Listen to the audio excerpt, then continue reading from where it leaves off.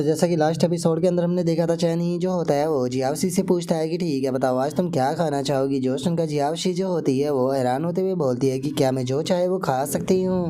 और अब इतना बोलते के साथ ही जो जियावशी होती है वो चीज़ों के नाम गिनाना शुरू कर देती है। जो सुनकर चैन ही पूछता है कि क्या तुम इतना खा भी लोगी। जो सुनकर जियावशी हंसते हुए बोलती है कि हाँ बिल्कुल मास्टर, मुझे अंडर एस्टिमेट बिल्कुल भी मत करना।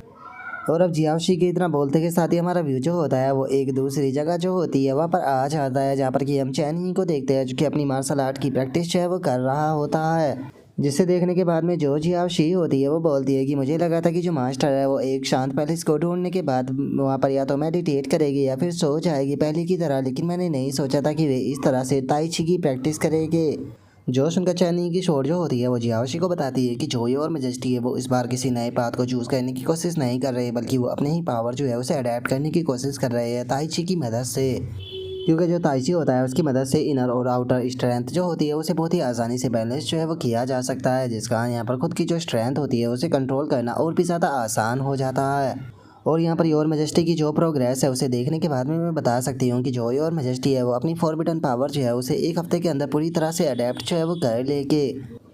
और अब चैन ही की स्वॉर्ड की बात को सुनने के बाद में जो जियावशी होती है वो बोलती है कि ठीक है मैं आपकी बात को समझ गई, सच में आप बहुत ज़्यादा अमेजिंग और आप मास्टर की सुपर पावरफुल आर्टिफैक्ट और सबसे बड़ी पार्टनर होने के लायक हो। वहीं अगर मेरी बात की जाए तो आप मुझसे कई गुना ज़्यादा बेहतर होगी कि मैं मास्टर की यहाँ पर जो पावर होती है उसे अडेप्ट करने में अच्छे से मैनेज जो है वो नहीं कर पाती हूँ। जो सुनते के साथ ही जो चैनी की शोर होती है वो जियावशी से बोलती है कि और मेजेस्टी की शोर होने के नाते मैं ये चीज़ जो है वो कह सकती हूँ कि जियावशी तुम सच में बहुत ही अमेजिंग और सबसे अगर इम्प्रेसिव यहाँ पर कोई है तो वो तुम ही हो, क्योंकि तुम ही वो पर्सन हो जिसने की और मेजेस्टी को जो डिसाइपल है वो एक्सेप्ट कराए। तो इसीलिए मुझे लगता है कि तुम ही और मेजेस्टी की न्यू पार्टनर होने के लायक हो और उनकी सबसे बेहतर पार्टनर भी कहलाने के लायक तुम ही हो। और अब उसकी इस बात को सुनने के बाद में जो जियावशी होती है वो भी एक पल के लिए काफ़ी ज़्यादा हैरान जो है वो रह जाती है। और वो काफ़ी ज़्यादा नर्वस होते हुए जो चैनी की स्वॉर्ड होती है उसे बोलती है कि सिस्टर मिंग मेरा ऐसा कोई भी मतलब नहीं है, आप यहाँ पर गलत समझ रही हो। मैं यहाँ पर आपको रिप्लेस जो है वो कभी भी नहीं कर सकती हूँ। आप मास्टर की बहुत ही पावरफुल आर्टिफैक्ट हो जिसने कि मास्टर के साथ में पता नहीं कितनी पावरफुल फाइटें की है। जो सुनते के साथ ही जो चैनी की स्वॉर्ड होती है वो हंसने लगती है और हंसते हुए बोलती है कि अरे तुम्हें इतना ज़्यादा नर्वस होने की कोई ज़रूरत नहीं है। और इतना बोलकर वो जियावशी के सर के ऊपर हाथ रखते हुए उससे बोलती है कि जियावशी तुम्हारा बहुत बहुत शुक्रिया, क्योंकि तुम्हारे कारण जोई और मेजेस्टी है वो इस टाइम पर काफ़ी ज़्यादा बदल चुके हैं। पहले अगर योर मेजेस्टी की बात की जाए तो वे अपने इमोशंस जो थे उन्हें या तो छुपा कर रखा करते थे या फिर जो इमोशंस ज़रूरी नहीं हुआ करते थे तो उन्हें छोड़ दिया करते थे। वो तुम ही हो जो कि योर मेजेस्टी के अंदर इतना बड़ा चेंज जो है वो लेकर आई हो। मुमकिन फैन और बाकी जो लड़कियां हैं उन्हें डिसाइपल के रूप में एक्सेप्ट करने के कारण अपने पास वाले लोगों के खिलाफ जो योर मेजेस्टी का एटीट्यूड है वो बहुत ज़्यादा चेंज हो चुका है, जिसके कारण योर मेजेस्टी जो है वो खुद के पाथ को बहुत ही अच्छे से समझ पाए और एक और ब्रेक थ्रू जो है वो भी यहाँ पर कर पाए। सच बताओ तो तुमने यहाँ पर योर मेजेस्टी को काफ़ी ज़्यादा चेंज कर दिया, जिस कारण ये कहना गलत नहीं होगा कि सच में तुमने एक बहुत अच्छा काम किया। और अब चैनी की स्वॉर्ड की इस बात को सुनने के बाद में जो जियावशी होती है वो हंसते हुए उससे बोलती है कि सच बताओ मैं उतनी ज़्यादा औसम भी नहीं हूँ जितनी तुम बता रही हो। मैं यहाँ पर योर मेजेस्टी की ज़्यादा कुछ मदद भी नहीं कर पाती हूँ, ज़्यादातर काम तो योर मेजेस्टी अपने आप ही करते हैं। लेकिन सिस्टर मिंग आपसे बातें करने के बाद में मुझे ये चीज़ जो है वो महसूस हुई है कि जैसा कि मैं आपके बारे में सोचा करती थी आप उससे बिल्कुल अलग हो। और जियावशी की इस बात को सुनकर जो मिंग शैन होती है वो भी जियावशी की तरफ देखने लगती है और उसकी तरफ देखते हुए उससे बोलती है कि तुम्हारे कहने का क्या मतलब है। जो सुनकर जियावशी जो होती है वो बोलती है कि सिस्टर मिंग शैन की अगर बात की जाए तो वे सुपर पावरफुल एक डिवाइन वेपन है जिसने कि 10,000 से भी ज़्यादा गॉड्स को मारा हुआ है, इसीलिए मुझे लगता था कि आप बहुत ही ज़्यादा सीरियस और ख़तरनाक टाइप के होगे और आपसे बात कर पाना काफ़ी ज़्यादा मुश्किल होगा, लेकिन मैंने सच में ये कभी भी नहीं सोचा था कि आप इतने ज़्यादा जेंटल होगी। जो सुनते के साथ ही जो मिंग शैन होती है वो उससे बोलती है कि देखो पावरफुल बनने का मतलब ये नहीं है कि तुम एरोगेंट बन जाओ या फिर जो दूसरे लोग हैं उन्हें तुम खुद से कम आंको। चाहे सामने वाला पर्सन कमज़ोर हो या फिर पावरफुल हो, हमें सभी लोगों को इज्जत जो है वो देनी चाहिए और योर मेजेस्टी ऐसा ही सोचते हैं। जो सुनते के साथ ही जियावशी जो होती है वो मिंगशन से बोलती है कि सिस्टर मिंगशन आप मास्टर को काफ़ी अच्छे से जानती हो, इसीलिए मैं इस चीज़ को जानने के लिए काफ़ी ज़्यादा क्यूरियस हूँ कि आप लोग एक दूसरे को कब से जानते हो। जो सुनते के साथ ही जो मिंगशन होती है वो जियावशी को बताती है कि अगर मेरी बात की जाए तो स्टार्टिंग में बस एक नॉर्मल सा में वेपन हुआ करती थी जिसे कि और मेजेस्टी उस टाइम पर यूज किया करते थे जिस टाइम पर वे टिबेट रियलम पर पहुँचे थे। जिसके बाद में मैंने धीरे धीरे कर अपनी जो इंटेलिजेंस है उसे डेवलप करना शुरू किया। जो सुनकर जियावशी जो होती है वो बोलती है कि इसका मतलब आप तो बहुत ही ज़्यादा अर्ली एज से मास्टर के साथ में हो, तो क्या सिस्टर मिंग शैन इसका मतलब ये नहीं हो गया कि मास्टर ने आपको अपने बच्चे की तरह बड़ा किया है। जो सुनते के साथ ही मिंगशान जो होती है वो बोलती है कि नहीं, एक बच्चे की तरह कहना तो गलत होगा। अगर तुम ऐसा कह सकती हो कि हम लोग जो है वो एक दूसरे के साथ में ग्रो हुए हैं, हम लोगों ने एक दूसरे को पावरफुल बनते हुए देखा है, जिसका हमारा रिलेशनशिप जो है वो एक ब्रदर और सिस्टर की तरह है।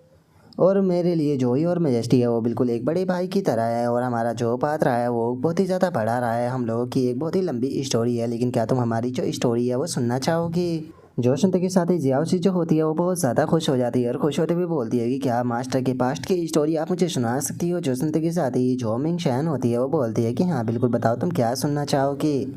जो सुनते के साथ ही जियाओशी जो होती है वो बोलती है कि मैं मास्टर की रोमांटिक मैटर जो है वो जानना चाहती हूँ। मास्टर हमेशा ही कहते हैं कि उनके पास में कोई भी ट्विस्ट पार्टनर जो है वो नहीं है, तो इसीलिए मैं जानना चाहती हूँ कि क्या मास्टर का कभी किसी से लव रिलेशनशिप नहीं रहा?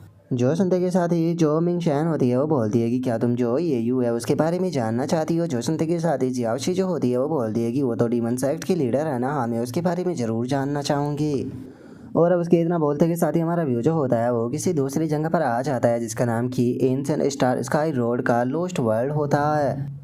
और अब हम देखते हैं कि वहाँ पर जो किन गाँव होता है वो बहुत ही बुरी हालत में वहाँ पर पड़ा होता है। और जो किन गाँव होता है वो बोलता है कि यकीन नहीं होता, तुम्हारे जैसी मॉन्स्टर गर्ल जो है उसने असल में एलिजिमेंट जो है उसे अचीव कर लिया। और किन गाँव के इतना बोलते के साथ ही जो येयू होती है वो वहाँ पर आ जाती है और वहाँ पर आते हुए बोलती है कि मुझे तुम याद हो, तुम उन्हीं 7 लोगों में से एक हो जो कि पास्ट में जो चैन ही था उसे फॉलो किया करते थे। और अगर मैं गलत नहीं हूँ तो तुम्हारा नाम जो है वो किन गाँव होना चाहिए। यकीन नहीं होता कि तुमने यहाँ पर मेरे ऊपर से नहीं की अटैक जो है वो करने की कोशिश की, लेकिन मैं जानती हूँ कि ये तुम्हारी रियल बॉडी जो है वो नहीं है, तो इसीलिए मेरे सामने यहाँ पर इस तरह से प्रिटेंड करना बंद करो। और उसके इतना बोलते के साथ ही जो कि गाँव होता है वो हंसने लगता है और हंसते हुए बोलता है कि सच में मैं काफ़ी ज़्यादा केयरलेस जो है वो हो गया था, इसीलिए यहाँ पर जो मेरी बॉडी है उसकी ऐसी हालत होने से मैं खुद को बिल्कुल भी नहीं रोक पाया। लेकिन मैं जानता हूँ कि इसका दूसरा कारण जो है वो यहाँ पर तुम्हारी स्वॉर्ड है। तुम्हारी स्वॉर्ड जो है वो बहुत ही ज़्यादा पावरफुल है, इसीलिए यहाँ पर आने से पहले ही मैंने यहाँ पर जो जियाओ की थी उसे एक एक्स्ट्रा बनाने के लिए बोल दिया था। और इतना बोलते के साथ ही किन गाँव अपने पास से गुड़िया जैसी चीज़ को निकाल लेता है। और अगले ही पल किन गाँव जो होता है वो उस गुड़िया से अपनी जो दूसरी बॉडी होती है वो बना लेता है। बॉडी बनाते हुए बोलता है कि ठीक है, जो हायू माउंटेन का एमएलए मास्टर है वो दोबारा से फुल हेल्थ में जो है वो आ चुका है। जो सुनते के साथ ही जो येयू होती है वो उसके ऊपर अटैक करते हुए बोलती है कि तुम बहुत ज़्यादा बोरिंग हो। और उसे एकदम से अटैक करता हुआ देखकर जो किन गाँव होता है वो काफ़ी ज़्यादा घबरा जाता है और उसे रोकते हुए बोलता है कि रुक जाओ रुक जाओ रुक जाओ, तुम्हें इतना जल्दी यहाँ पर फाइट करने की कोई ज़रूरत नहीं है, थोड़ी शांत हो जाओ। और किन गाँव की इस बात को सुनकर जो येयू होती है वो भी थोड़ा रुक जाती है और जो किन गाँव होता है उससे बोलती है कि मुझे समझ में नहीं आ रहा कि आखिर तुम यहाँ पर क्यों आए थे, और मुझे ये भी समझ में नहीं आ रहा कि आखिर तुम चैनी को ढूंढने से मुझे क्यों रोकना चाहते हो।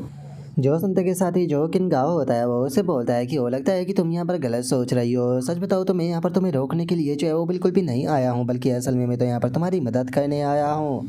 कैसा रहेगा कि अगर मैं तुमसे ये कहूँ कि यहाँ पर जो तुम्हारे और चैनी के बीच की थोड़ी बहुत प्रॉब्लम है मैं उसे ख़त्म कर दूँ, जिसके बाद में तुम लोग जो है वो दोबारा से एक अच्छा रिलेशनशिप जो है उसकी शुरुआत कर पाओ। तो आप बताओ क्या तुम मेरे बात साथ में यहाँ पर बात करने के लिए इंटरेस्टेड हो? और अब इसके इतना बोलते ही हम थोड़ी देर बाद का सीन देखते हैं जहाँ पर कि उन दोनों के बीच में बातें चल रही होती है। और जो येयू होती है वो किन गाँव से बोलती है कि तो तुम कहना चाहते हो कि जो इटरनल डीमन सेक्ट था उसने चैनी के खिलाफ यहाँ पर मेरा इस्तेमाल करते हुए एक प्लॉट रचा। जो सुनते के साथ ही किन गाँव जो होता है वो उसे बोलता है कि हाँ बिल्कुल, इसीलिए मुझे लगता है कि तुम्हें यहाँ पर पूरी सिचुएशन को समझते हुए सबसे पहले जो इटरनल डीमन एक्ट है वहाँ पर जाना चाहिए और दोबारा से जो पूरा इटरनल डीमन एक्ट है उसके ऊपर कंट्रोल लेना चाहिए और उस पर्सन के बारे में पता लगाना चाहिए जो कि इन सभी चीज़ों के पीछे था। और उस पर्सन को पकड़ने के बाद में ही तुम्हें जो चैन ही है उससे इस मैटर के बारे में बात जो है वो कहनी चाहिए। क्या तुम्हें नहीं लगता कि ये चीज़ सबसे ज़्यादा अच्छी रहेगी? क्योंकि इटरनल डीमन सेक्ट ने जो तुम्हारा नाम लेकर चैनी के ऊपर इफेक्ट डाला था, जो उसे तुम जितना ज़्यादा समझते हो वो उससे भी ज़्यादा बड़ा था। अगर तुम्हें लगता है कि चैनी आज भी वैसा ही है जैसा कि वो पास्ट के अंदर हुआ करता था तो तुम बहुत ज़्यादा गलत हो। अगर तुम दोबारा से जो चैनी है उसके साथ में रिलेशनशिप को स्टार्ट करना चाहती हो तो उसके लिए तुम्हें एक अच्छे रीज़न को लेकर आना होगा।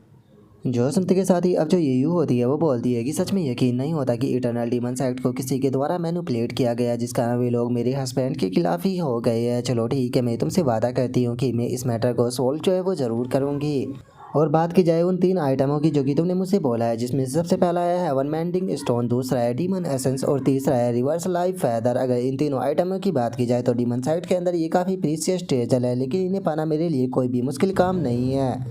लेकिन उसके बाद भी मैं तुम्हारे इस काम को बिल्कुल भी नहीं करने वाली हूँ, क्योंकि यहाँ पर जिस बर्ड की तुम बात कर रहे हो उसका नाम शायद वोलिंग है, और जो मिमी और जो टियानसी थी उनके मुताबिक जो चैनी है वो उसकी नई स्वीट हार्ट है, जिसका मतलब कि वो मेरी लव राइवल हुई। तो आखिर मुझे यहाँ पर मेरी जो लव राइवल है उसे बचाने की क्या ज़रूरत है। अगर वो मर जाती है तो जो चैनी है वो उसकी मौत से काफ़ी ज़्यादा अकेलापन जो है वो फील करेगा, जिसके कारण मैं उसकी जगह जो है वो ले सकती हूँ उसकी वाइफ बनकर। वैसे भी अगर जो इटर्नल डीमंस एक्ट है उसके एल्डरों के द्वारा यहाँ पर ये इस तरह की जो बेफालतू की प्लानिंग थी वो ना की गई होती, तो यहाँ पर मैं ही चैनी की वाइफ होती। और अब येयू की इस बात को सुनकर जो किनगाओ होता है वो हंसने लगता है। रास्ते में जो येयू होती है उससे बोलता है कि सच बताओ येयू, तुम आज भी पहले की तरह ही बहुत ही ज़्यादा जिद्दी और नादान हो। जो सुनते के साथ ही जो येयू होती है वो उससे बोलती है कि तुम्हारे कहने का क्या मतलब है। जो सुनते के साथ ही जो ये किनगाओ होता है वो उससे बोलता है कि हमारे गॉड किंगडम के अंदर एक कहावत है कि एक ऐसा प्यार जिसे कि तुम बचपन से प्यार करते हो लेकिन उसे प्राप्त नहीं कर पाते, और दूसरा तुम्हारी बीवी जिसे कि तुम कुछ टाइम के बाद में प्यार करते हो लेकिन उसका जो हाथ होता है उसे पकड़कर अपनी पूरी ज़िंदगी जो है वो नहीं बिता पाते हो। ये दोनों के दोनों ऐसे रिग्रेट होते हैं जिसे कि कोई भी इंसान कभी भी नहीं भूल पाता।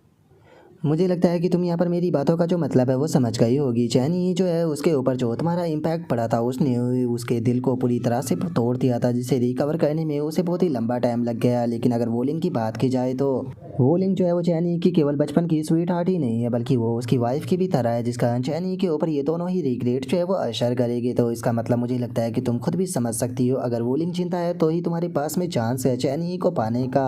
लेकिन अगर जो वोलिंग है वो चली जाती है तो तुम्हारे पास में यहाँ पर कोई भी चांस नहीं होगा चैनी को पाने का।